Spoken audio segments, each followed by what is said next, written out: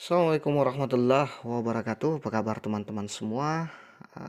Berjumpa lagi bersama saya, Muhammad Daniel. Insya Allah kita akan melanjutkan uh, latihan soal dan pembahasan soal pretest PPG yang akan kita hadapi sebentar lagi. Insya Allah mudah-mudahan semua kita lulus ya. Amin, amin ya rabbal alamin. Bagi yang baru bergabung, saya mohon bantuannya untuk klik subscribe, like, dan bantu share biar saya makin semangat mengupload video-video terbaru lainnya. Baik, kita langsung masuk ke soal yang pertama. Ini adalah soal pretest yang ke-6 atau part 6. Teman-teman yang belum lihat silahkan lihat di video saya lainnya ya. Nanti kita akan buat lagi yang lainnya juga untuk mapel-mapel yang lain. Daya pembeda pada suatu soal adalah A.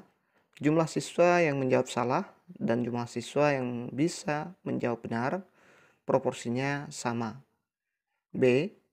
Kemampuan suatu butir soal yang tidak dapat membedakan antara siswa yang telah menguasai materi dan siswa yang kurang menguasai materi. C. Kemampuan suatu butir soal dapat membedakan antara siswa yang telah menguasai dan siswa yang kurang menguasai materi yang ditanyakan.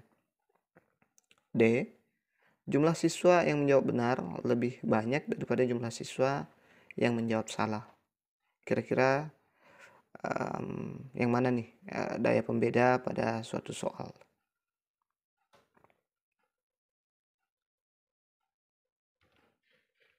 Jadi jawaban yang tepat adalah option C. Mampu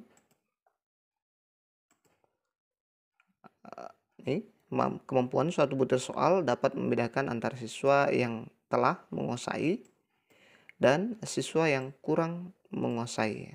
Jadi materi yang ditanyakan itulah daya pembeda dalam suatu soal. Ini mirip-mirip ya teman-teman, hati-hati. Jadi harus dibaca baik-baik ya, buru-buru, cepat tapi tepat yang dibutuhkan ya. Ini dia penjelasannya.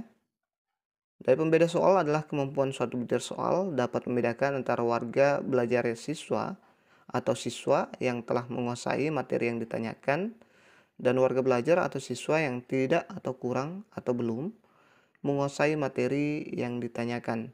Manfaat daya pembeda butir soal adalah seperti berikut. Yang pertama, untuk meningkatkan mutu setiap butir soal melalui data empiriknya. Berdasarkan indeks daya pembeda, setiap butir soal dapat diketahui apakah butir soal itu baik direvisi atau ditolak. Yang kedua, untuk mengetahui seberapa jauh setiap butir soal dapat mendeteksi atau membedakan kemampuan siswa, yaitu siswa yang telah memahami atau belum memahami materi yang diajarkan guru. Apabila suatu butir soal tidak dapat membedakan kedua kemampuan siswa itu, maka butir soal itu dapat dicurigai kemungkinannya ya. Seperti berikut. Pertama, kunci jawaban butir soal itu tidak tepat. Yang kedua, butir soal itu memiliki dua atau lebih kunci jawaban yang benar. Yang ketiga, kompetensi yang diukur tidak jelas. Selanjutnya, pengecoh tidak berfungsi. Selanjutnya, materi yang ditanyakan terlalu sulit sehingga banyak siswa yang menebak. Yang selanjutnya adalah sebagian besar siswa yang memahami materi yang ditanyakan berpikir ada yang salah informasi dalam butir soalnya. Nah, seperti itulah yang harus diperhatikan ya. Perlu dicurigai jika tidak dapat membedakan kedua kemampuan siswa antara yang sudah menguasai dan yang belum menguasai. Nah, ini kita sering terjadi di saat UP ya, sorry. Ini saat UP kita sering terjadi ini ya. Karena soalnya terlalu rumit atau agak hots, makanya kita sebagai peserta materi yang ditanyakan terlalu sulit sehingga banyak dari kami yang di bahasa Inggris dulu itu kebanyakan menebak ya, karena banyak kosakata yang tidak ditahu artinya ya. sama dengan ini. Penilaian dilakukan oleh seorang guru harus didasarkan pada prosedur dan kriteria yang jelas, tidak dipengaruhi subjektivitas penilai. Hal ini sesuai dengan prinsip A. Terbuka, B. Menyeluruh, C. Bermakna, D. Adil, E. Objektif.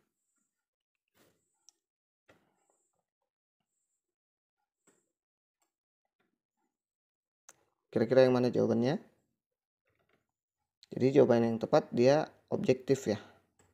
Tidak dipengaruhi subjektivitas penilai, bukan karena siapanya, bukan karena apa-apanya dan ada apanya ya. Ini dia prinsip-prinsip penilaian. Yang pertama, sahih. Berarti penilaian didasarkan pada data yang mencerminkan kemampuan yang diukur. Jadi sesuai dengan kemampuan yang diukur. Kemudian objektif, berarti penilaian didasarkan pada prosedur dan kriteria yang jelas, tidak dipengaruhi subjektivitas penilai. Jadi tidak tidak dipengaruhi bukan karena keluarganya, bukan karena kerabatnya, bukan karena sering gimana-gimananya ya. Jadi betul-betul itu nilai siswa ya. Kemudian yang ketiga ada adil, berarti penilaian tidak menguntungkan atau merugikan peserta didik karena berkebutuhan khusus serta perbedaan latar belakang agama, suku, budaya, adat istiadat, status sosial, ekonomi, dan gender. Nah, kita di Indonesia kebanyakan seperti itu, tapi saya yakin guru-guru yang profesional insya Allah tidak akan seperti itu modelnya ya. Apalagi kalau yang namanya anak pejabat ya, atau anak kepala sekolah kita, atau anak teman guru kita, biasanya kita agak minder untuk memberikan nilai yang di bawah rata-rata, meskipun pada dasarnya nilainya sebenarnya di bawah rata-rata ya. Kemudian yang keempat, terpadu, berarti penilaian oleh pendidik merupakan salah satu komponen yang tak terpisahkan dari kegiatan pembelajaran. Jadi penilaian sebaiknya terpadu ya. Selanjutnya menyeluruh dan berkesinambungan, berarti penilaian oleh pendidik mencakup semua aspek kompetensi dengan menggunakan berbagai teknik penilaian yang sesuai untuk memantau perkembangan kemampuan peserta didik. Nah, selanjutnya adalah sistematis, berarti penilaian dilakukan secara berencana dan bertahap dengan mengikuti langkah-langkah baku. Selanjutnya, beracuran kriteria, berarti penilaian didasarkan pada ukuran pencapaian kompetensi yang ditetapkan. Yang kedelapan adalah akuntabel, berarti penilaian dapat dipertanggungjawabkan, baik dari segi teknik, kemudian prosedur, kemudian maupun hasilnya. Kalau poin 1 sampai 7 itu sudah mantap, insya Allah hasilnya nanti akan akuntabel atau dapat dipertanggungjawabkan, seperti itu. Kita lanjut ke soal berikutnya. Bu Rina adalah seorang guru seni. Hari ini dia ingin menilai kemampuan siswa dalam membuat lukisan. Selain hasil lukisan siswa yang dinilai, teknik dalam menggambar, cara menggunakan alat dan perlengkapan, dan juga sikap siswa dalam menghargai karya temannya juga menjadi acuan dalam penilaian. Dalam hal ini, Bu Rina telah menerapkan prinsip A. Sahih, B. Objektif, C. Menyeluruh, D. Sistematis, E. Beracuan kriteria.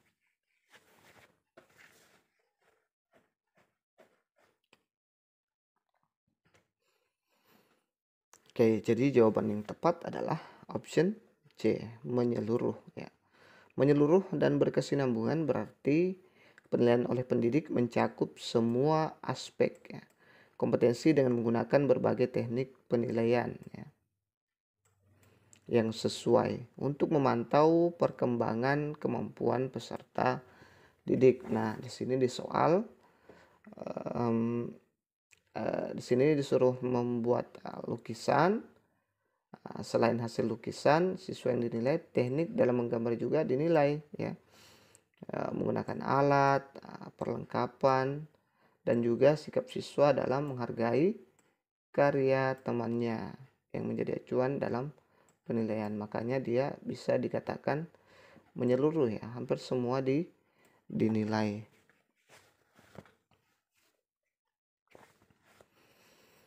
Kita lanjut ke soal berikutnya. Jangan lupa subscribe, like, dan bantu share biar saya makin semangat berbagi.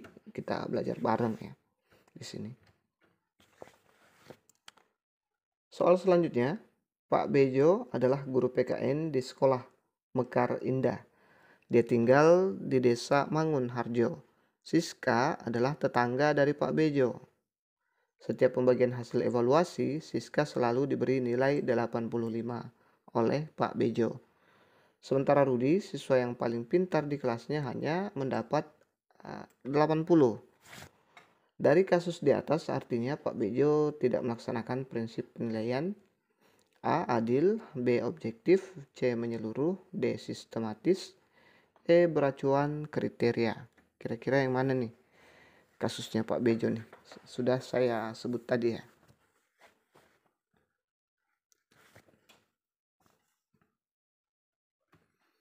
Jadi jawabannya adalah option B ya. Penilaian Pak Bejo ini tidak sesuai dengan prinsip penilaian objektif, karena dia di sini lebih subjektif ya. Ini menurut kemauan Pak Bejo, penilaiannya ini menurut kemauan Pak Bejo, bukan karena benar-benar hasil kerja siswa ya. Karena si Siska ini tetangganya, maka diberikan nilai yang tinggi. Mungkin tetangga ini baik ya sama Pak Bejo. Kalau tetangganya jelek, mungkin akan dikasih nilai yang buruk, seperti itu. Oke, kita lihat. Objektif berarti penilaian didasarkan pada prosedur dan kriteria yang jelas, tidak dipengaruhi subjektivitas penilai. Nah, itu tadi yang saya bilang. Adil berarti penilaian tidak menguntungkan atau merugikan peserta didik karena berkebutuhan khusus, serta perbedaan latar belakang, agama, suku, budaya, adat istiadat, status sosial, ekonomi, dan gender. Ini tidak adil. Kalau penilaiannya subjektif, yang terjadi adalah ketidakadilan untuk peserta didik kita, seperti itu. Kita lanjut ke soal berikutnya.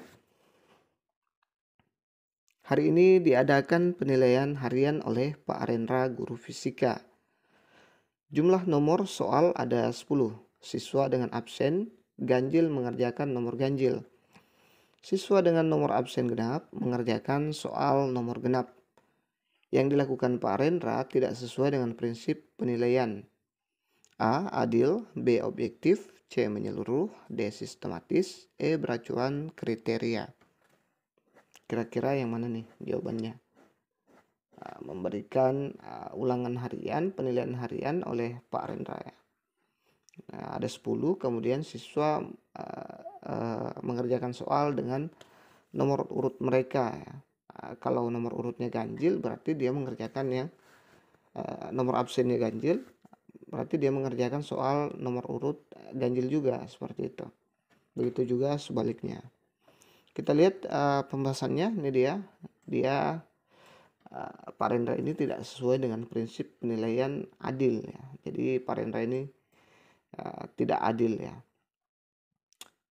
Oke, kita lihat adil berarti penilaian tidak menguntungkan atau merugikan peserta didik karena berkebutuhan khusus serta perbedaan latar belakang ya. Itu sudah saya baca tadi ya. Jadi ini kurang adil karena belum tentu soal yang ganjil dan genap itu sama porsinya. Jangan sampai soal dari 1 sampai 10 itu malah beda-beda tingkat kesulitannya. Jadi harusnya diseragamkan saja, siswa sama-sama mengerjakan 1 sampai 10, tidak usah menggunakan ganjil genap seperti ini, seperti itu. Oke, kita lanjut. Oh, ternyata sudah habis. Itu saja dulu yang sempat kita share pada kesempatan kali ini. Mudah-mudahan bermanfaat. Semoga apa yang kita cita-citakan bisa terwujud tahun ini. Amin ya rabbal alamin. Terima kasih sudah menonton. Jangan lupa subscribe, like, dan bantu share. Wassalamualaikum warahmatullahi wabarakatuh.